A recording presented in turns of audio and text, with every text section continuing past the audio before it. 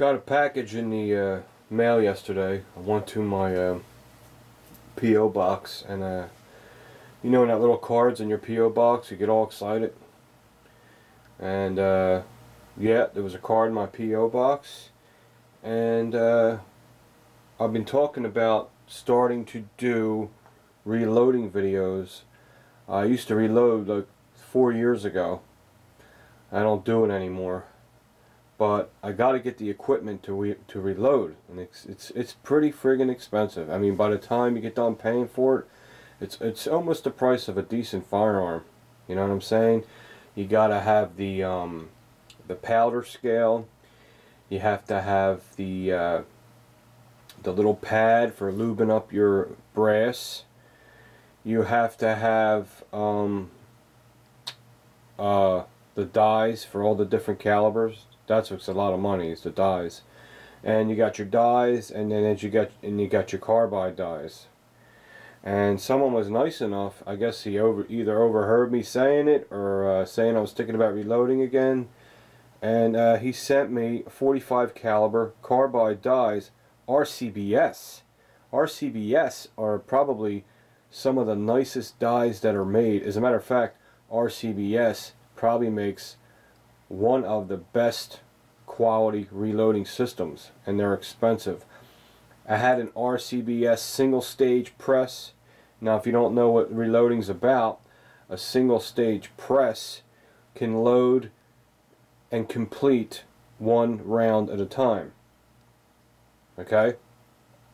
Now, if you get a press that's a turret, it has multiple positions in it, you can reload multiple rounds at a time, and I think that's the way I'm going to go this time.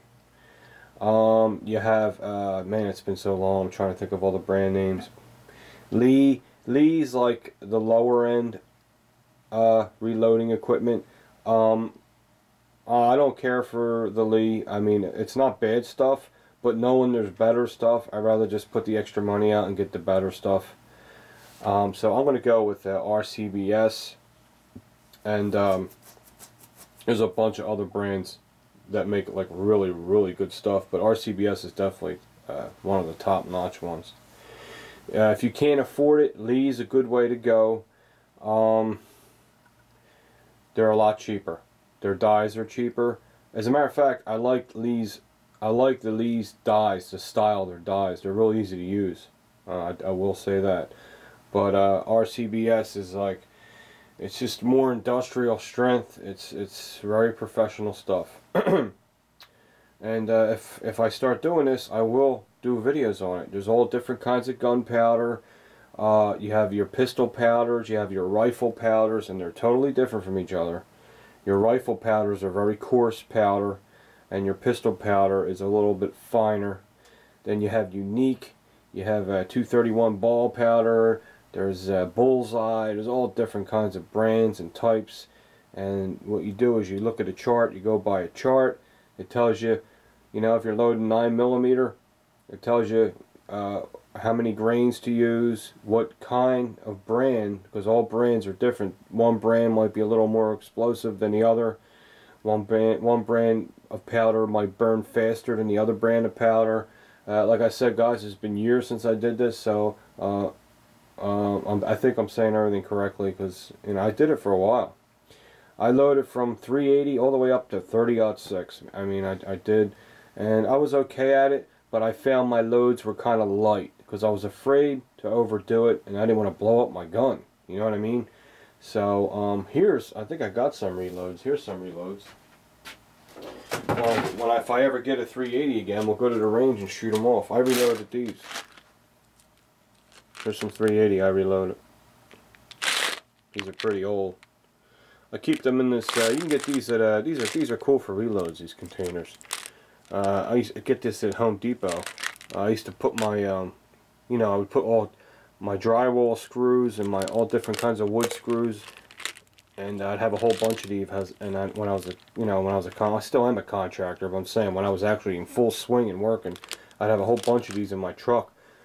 All different size drywall screws. These are nice. You just squeeze the top, and you pour your screws out. So I figured you can use them for ammo too, you know.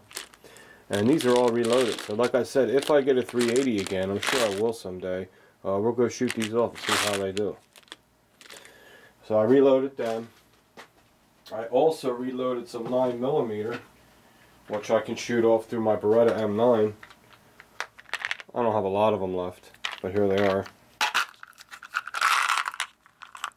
These are my reloads. Of course, I reloaded these like 5 years ago. You know, we'll put them through the Beretta and see how they do. But I never loaded on the heavy side. I kind of loaded on the lighter side, which is not good because, especially with a semi-auto gun, you want to load kind of to the heavy side so it works to slide.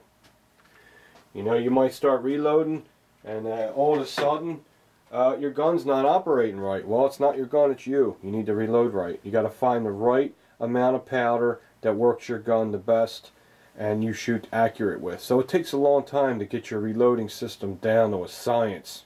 It doesn't take long to learn how to do it. It takes a little time to get it down to a science, to get it down to how you like your rounds, how fast you like them to fire, your feet per second or whatever, and that's, you know, you got to find out what you like, and it could take a long time to do that. If you're reloading for the range and you're only shooting like 20 yards or 30 feet or, you know, or 50 feet or whatever, you don't have to put a heavy charge in there. First of all, you're wasting powder, and you're beating your gun up for nothing. Just situations like that, you can adjust yourself. Oh, this is my range ammo. This is my long range ammo. This is my self-defense ammo. It gets pretty tedious. You know what I mean? Sorry, it's a Fruit Loop burp. I didn't have my heartburn pills today, so now my chest is burning. I'm burping up Fruit Loop dust. Oh, I just took one. I just went and picked them up. Because I wasn't allowed to pick them up because it was too early to pick them up. Look, they're fucking heartburn pills. I'm not picking up Quaaludes. I'm not picking up Oxycontin. I'm not picking up Xanax. I'm picking up fucking heartburn pills. Why can't I pick up my heartburn pills early? Can you overdose on them or something? Maybe you can. I don't know. Anyway, so I want to thank this guy, Ed. I'm not going to show his address or nothing, for sending me these, I'm not exaggerating, beautiful RCBS 45 caliber dies to get me started. He sent me a nice letter. I'm not a good reader, so I don't like to read on camera because I sound like I'm in kindergarten. Okay. Look forward to seeing them. Thank you, Edward.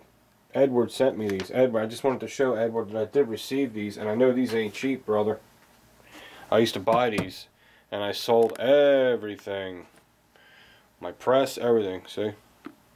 45 caliber dies.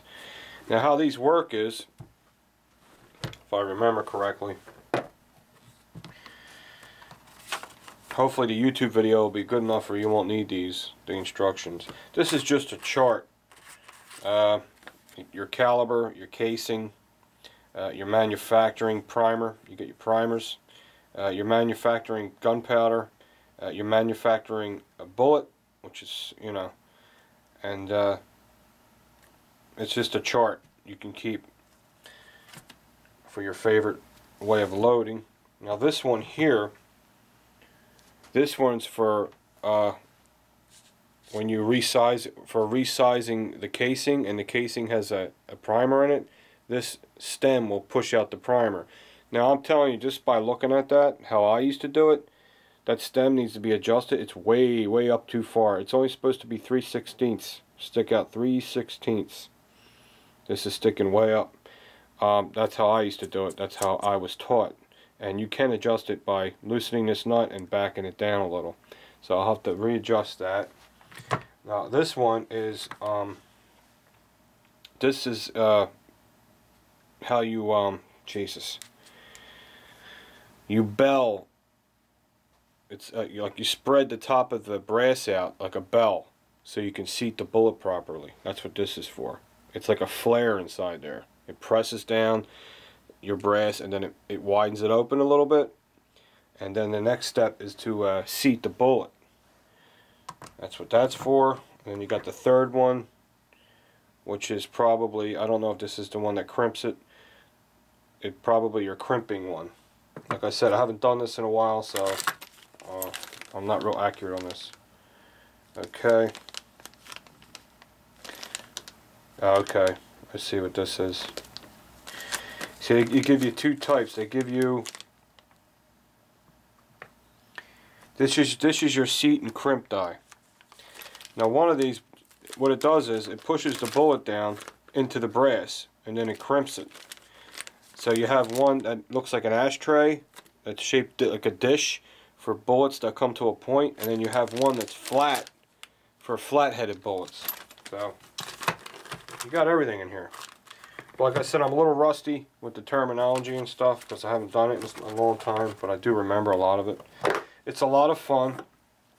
But let me tell you from doing it, from experience, guys, if you're going to get into this, don't waste your time on a single stage press.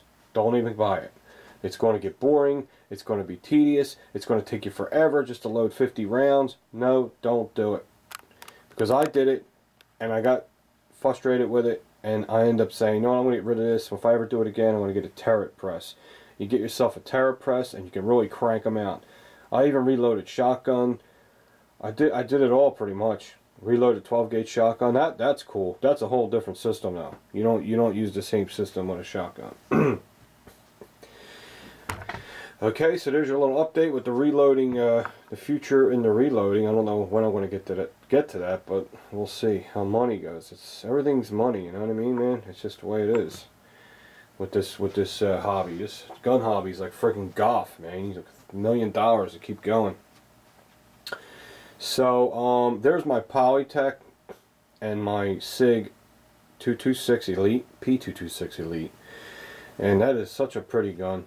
And we're gonna go to the range with the Sig P226 Elite next because I have ammunition from that I got from Bulk Ammo, and these are reloads, and they've been doing real well. And I just want to fire off the rest of them. I just want to fire off the rest of them because they're factory reloads, and I want to get rid of the rest of them and make and the gun needs to have more rounds because I'm not familiar with the Sig 357 Sig, but it is a cool round. It's like a 9mm on major steroids. Okay, and they're mixed. They got nickel casings with the brass casings, and it hasn't been an issue. And they're really nicely reloaded. Beautiful, beautiful. I got them from Bulk Ammo. I don't know what's going on with Bulk Ammo. I might be doing something with them. It depends on how fair they treat me. I don't know. I'm getting PMs from them. But I know a couple of you guys are involved with Bulk Ammo, so if anyone can give me any PMs on how they are, let me know. Okay? Because any help with ammo definitely would make the channel better if I can get something going with them. I want to get that to the rifle range. But see, the only reason why, I know you guys are like, oh, how come you don't shoot rifles? I shoot rifles, but it sucks to record it because you have to shoot 100 yards, and the camera can't capture the round hitting the target at the same time of you allowing to see the rifle operating at the same time, and I think that's boring. I mean, I could show you some camera shots of the rifle shooting, and then I can show you some camera shots of the target, but you can't do both together like you can at a pistol range. That's why I haven't done it. You know what I mean? But if you really just want to see the gun in action and it being shot, I can do that, you know? Maybe we'll do that. The next nice day, I would like to take the Polytech out. I mean, I only put 50 or 60 rounds to it, and man, phew, talk about a Cadillac AK, man. Now this is, you know, I heard someone getting shit on YouTube. They were telling the guy, that's not an AK-47, you know, that's an Arsenal. Okay. It's the exact replica design of an AK-47. Not too many people have true AK-47s, okay? They're not that easy to find. I couldn't find any. If you have one, good for you. But everyone knows this is basic. It's an AK-47 platform. Is that good enough for you? Everyone have to be splitting hairs with this terminology. But that is a That's my baby. That and the Ed Brown, I don't think I'll ever part with them. I don't think so. And that Sig 226, I don't think I'll ever part with that. They're beautiful. Beautiful firearms right there. Okay, so next range video will be the Sig 357 Sig.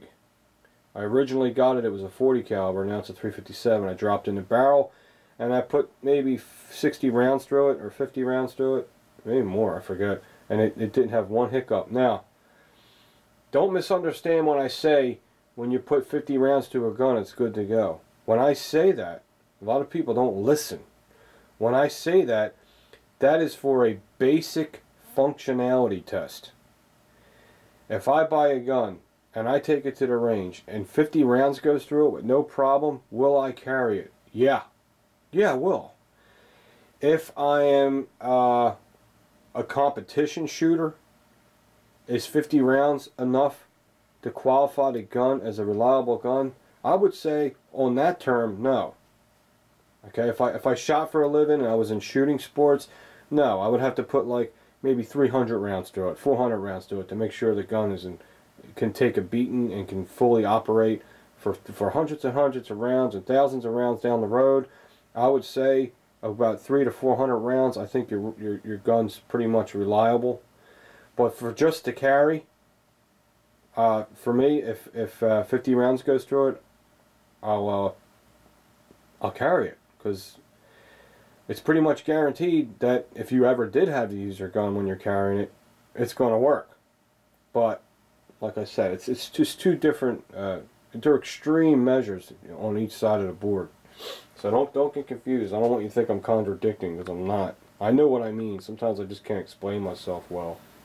Okay guys, that's all I got for now. I hope you liked the video. I know it was kind of talky, but I'm just letting you know it's just an update of what's going on. See you guys soon.